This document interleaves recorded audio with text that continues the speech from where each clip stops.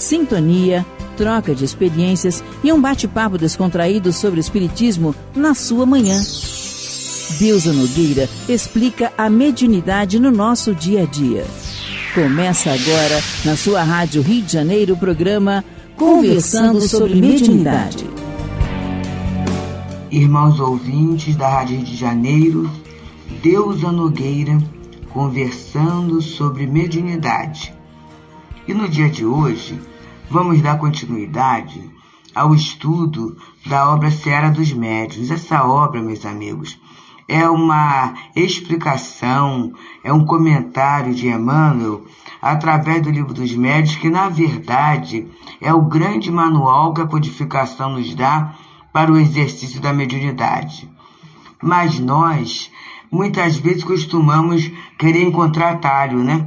A gente acha que com a gente pode ser diferente, né? A gente muitas vezes funciona em regime de exceção. E eu divido sempre com os amigos, tanto do Leon Denis, quanto do Teresa Dávila, e com os amigos da Rádio Rio de Janeiro.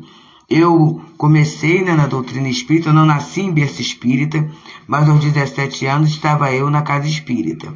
Núcleo Espírita Pedro e Paulo, uma casa que incentivava muito a gente ao estudo e ao trabalho, né? E, com certeza, lá pelos 19 anos, a gente foi colocado numa câmara de passes. E aí eu fiquei... É aquela situação da vaidade, né, escondida, né, da vaidade disfarçada. Eu ouvi um espírito me falar algo que hoje, com 71, eu procuro conservar. Ele falou assim: Deus, minha filha, tenha cuidado toda vez que você quiser funcionar em regime de exceção. Por quê, gente? Existem regras no trabalho mediúnico. Por que comigo tem que ser diferente? Esse final de semana, no programa gravado, nós tivemos um trabalho lá no Humildade e Caridade, é um centro da Baixada Fluminense. Então, saí da Tijuca, né, para estar na Baixada às 8 horas da manhã. Depois de chegar do Leon Denis na sexta-feira, às 10 e pouco, é o movimento da alma, né? E a gente fez um estudo lá. Bem, logo após a gente foi direto para o Leon Denis, no departamento mediúnico, para acertar umas pendências. Após o departamento mediúnico, tivemos um encontro, né? O estudo para o Livro dos Espíritos, o estudo para o encontro, né? E a regra da casa, né? O sistema da casa é assim: todos aqueles que participam da reunião mediúnica devem assistir uma reunião pública. E aí tem na cabeça assim: mas eu já fui lá numa casa fazer um estudo, já participei do estudo aqui. Mas ontem, no dia de domingo, eu teria um trabalho para fazer com o grupo do Rita de Cássia, da Escola Maria de Nazaré, sobre a questão da desobsessão. Meus irmãos, aí foi muito claro no meu pensamento: como é que eu poderia fazer um trabalho se eu mesma não sou capaz de cumprir a regra do trabalho? Percebemos? Poderia falar tecnicamente, sim, mas quando você fala aquilo que você não vive, tem uma visão diferente. E aí eu fiquei, graças a Deus, na reunião da noite. Foi um estudo que Paulo Nagai fez, sempre assim, com uma profundidade, né? Sobre o tema e tudo isso. No final tivemos a mensagem do Dr. Herman e cheguei bem, dei conta de tudo. Ontem comecei um pouquinho lá no Café com Fé, na atividade. A partir dali eu fui para o trabalho no Rita, fui de transporte público, era 8h30, eu cheguei 8h24. Deu tudo certo, meus amigos. Então, a gente às vezes acha, né? E esse achar é um raciocínio nosso. É claro que eu tenho que raciocinar. É claro que eu não vou ser fantoche.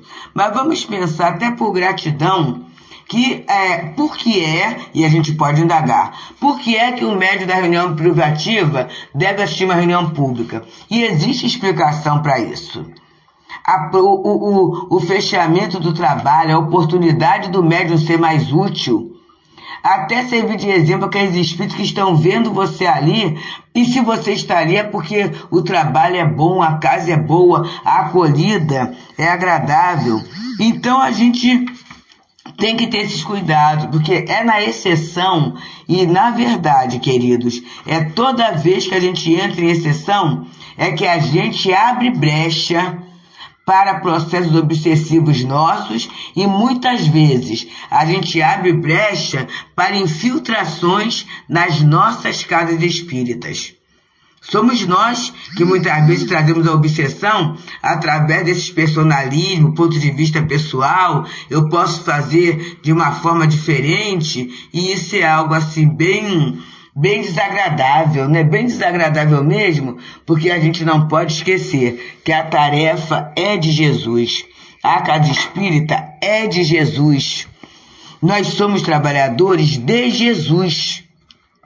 Quando a gente conhecer mais Jesus, né, não como interventor, mas como mestre de nossas vidas, a gente vai ter um respeito muito maior à atividade mediúnica. Então hoje, Emmanuel explicando um trecho do Livro dos Médiuns. É a questão 279, que está no capítulo 25, esse capítulo belíssimo, né? Que vai falar das evocações, quer dizer, a forma de chamar os espíritos. E Kardec pergunta assim: o ascendente só se exerce sobre os espíritos inferiores pela superioridade moral. E ele grifa, superioridade moral.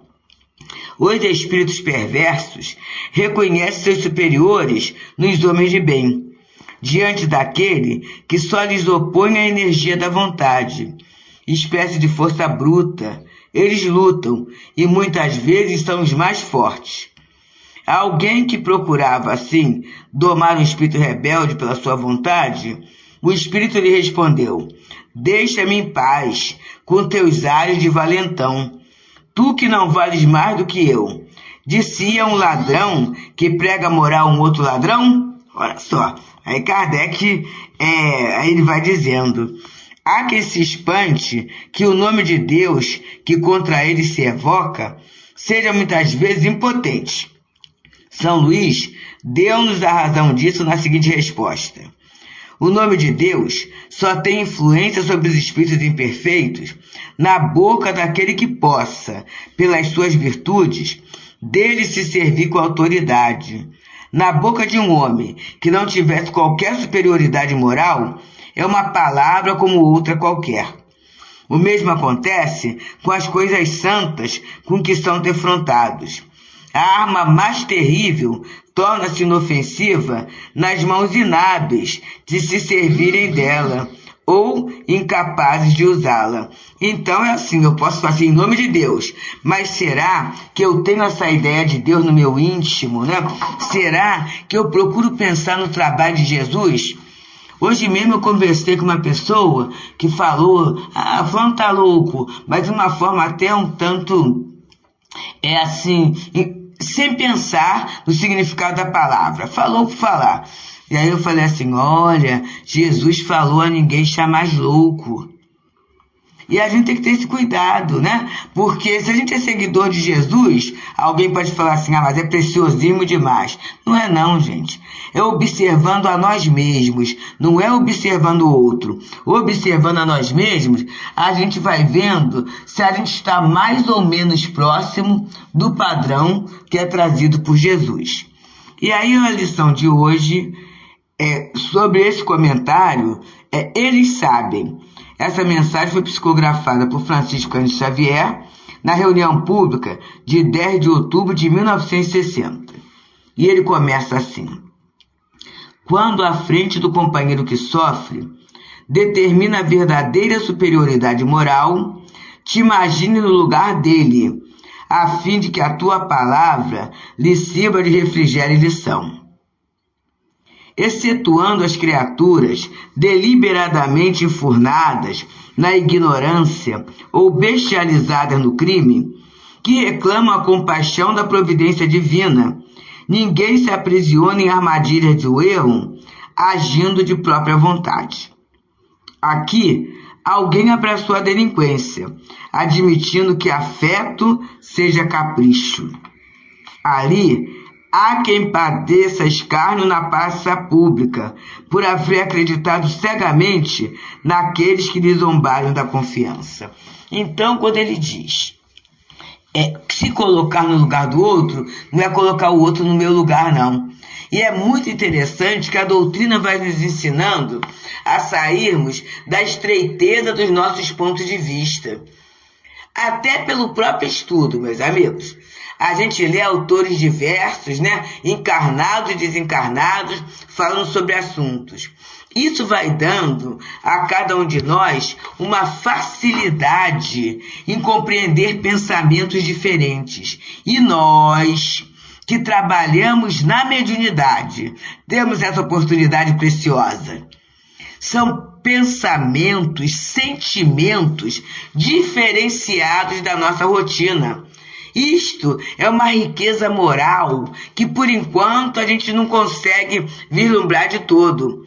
Mas no futuro, é como se tivéssemos vivido várias reencarnações, várias vidas, E isto é uma riqueza, é de uma importância, é uma preciosidade na nossa encarnação. Mas, se nós refletirmos e se nós quisermos usar este recurso.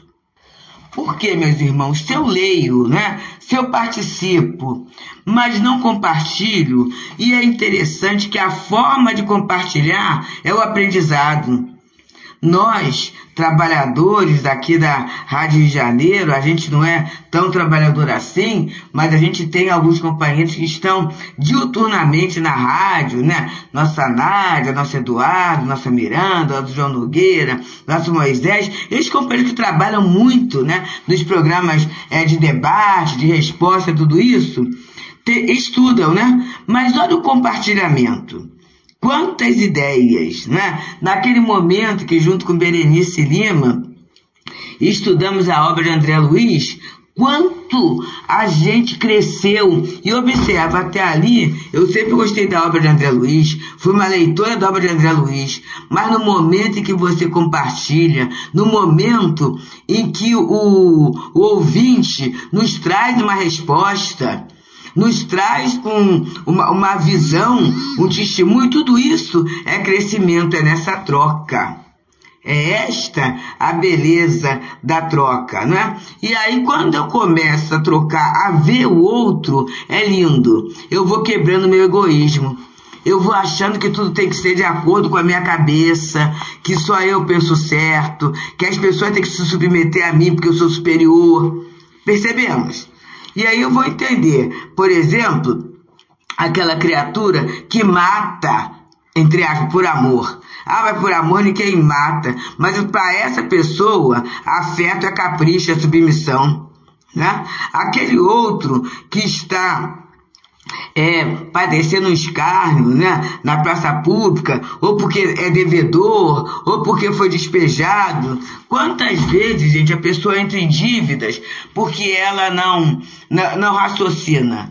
Ela cai, vamos dizer assim, nas malhas da propaganda, ou muitas vezes até querendo ostentar alguma coisa que ela não tem acesso. Para quê? Para mostrar ao outro, porque ela acha que essa visibilidade é que vai trazer a felicidade. E isso está acima para ela da paz da consciência.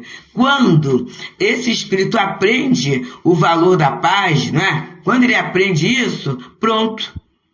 Então, meus irmãos, não é o colocar o outro no meu lugar, no meu ponto de vista, porque naquele aspecto eu já aprendi. Mas, amados amigos, quanta coisa a gente precisa aprender ainda.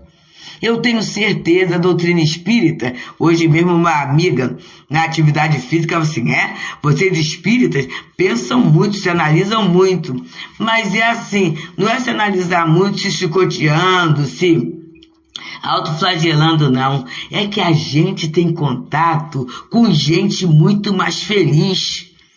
Esses bons espíritos, eles são muito felizes. Por quê? Porque são bons. Já diminuíram um tanto seu egoísmo, sua vaidade, sua prepotência. São menos agressivos ou não são agressivos. não guardam melindre, ciúme, inveja. Percebemos? Aí a gente fala assim, meu Deus, como é que isto faz alguém feliz? Eu estou lembrando de Jaci Maria, uma linda amiga. E aí no dia da prece, né, do meu casamento, lá no Núcleo Espírita Pedro e Paulo, ela me abraçou. Olha que eu já estou aos 40 anos, mas olha como a frase ficou. Ah, deusa, nunca deixa, minha filha, agasalhar o ciúme na sua vida. E ela falou o ciúme da vida conjugal, né? Não, porque eu sofri muito por causa disto. Olha só, gente. E aquilo ali ficou na minha cabeça. E eu pensei assim, eu não sou dona do Weber. Ele é um espírito imortal. A gente está junto, tem um propósito. Mas eu não sou dona. E também não admiti que ele se considerasse meu dono, entendeu?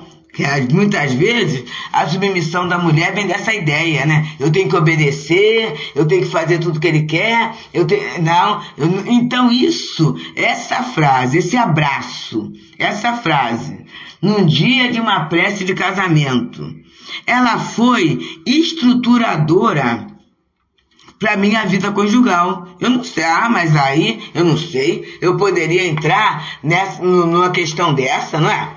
Eu poderia entrar numa situação dessa. E olha como eu me atrapalharia a vida dele e talvez a essa altura estivéssemos separados. Percebemos, irmãos?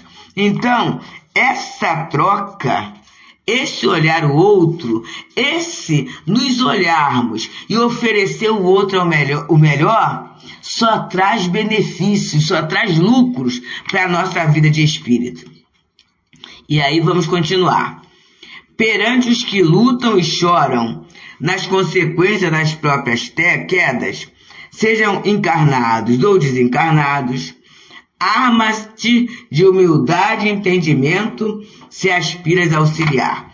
Então, isso está nessa página. Eles sabem do livro Seara dos Médiuns de Emmanuel, através da mediunidade de Chico Xavier, e estamos no programa 74, né, em que ele está analisando essa questão que Kardec fala da evocação da autoridade moral diante daquele espírito que chega com dificuldade.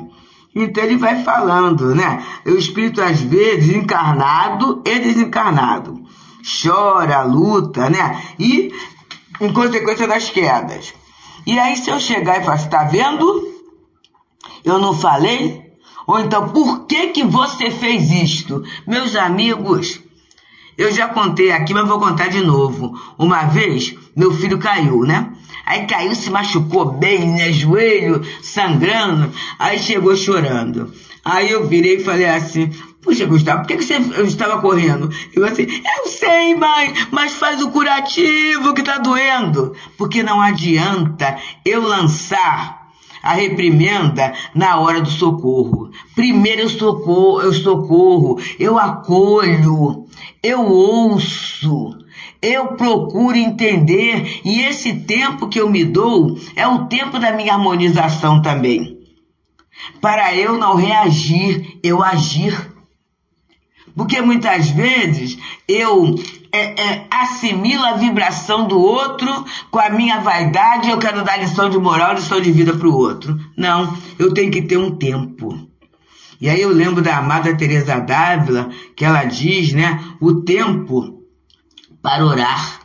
A gente às vezes entra em determinadas dificuldades, eu não estou falando dos outros não, estou falando da vida comum, porque a gente é tão apressado em dar resposta que a gente acaba, ao invés de auxiliar, complicando a vida do outro, não é?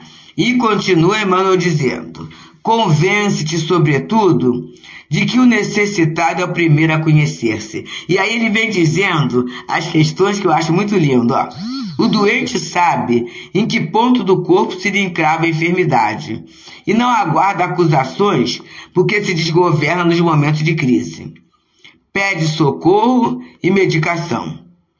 O mutilado sabe que peça lhe falta no carro orgânico e não aguarda acusações porque exibe forma imperfeita, né? Ele começa, ceguinho, ou você que está mancando, né? Ele sabe que ele não tem a visão, ele sabe que ele está mancando, né? E não precisa eu falar sobre isso.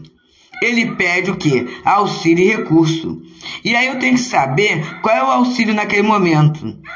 O doente, muitas vezes ele precisa ir a um hospital, ele precisa de um dinheiro para comprar um medicamento, ele precisa que alguém lhe dê um banho, ou que faça uma sopa, ou que ministre um remédio, ele precisa. Então naquele momento eu não preciso estar com indagação, eu sou o elemento colocado por Deus para o socorro. E ele continua, o faminto sabe que tem o estômago torturado e não aguarda acusações porque se aflige em descontrole. Pede um prato de pão. O sedento sabe que carrega consigo o tormento da secura e não aguarda acusações pelos desgares que mostra. Pede um copo de água fria, porque a gente às vezes, a gente oferece ajuda, mas a gente junto com a ajuda tem a reprimenda.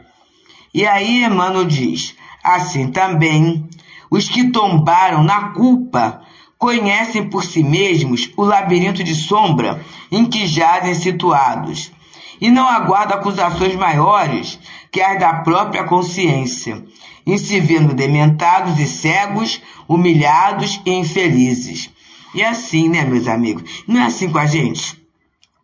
Fiz alguma coisa. Vê se a gente gosta quando alguém fala assim, puxa, mas você é espírita, hein? Ainda está nessa?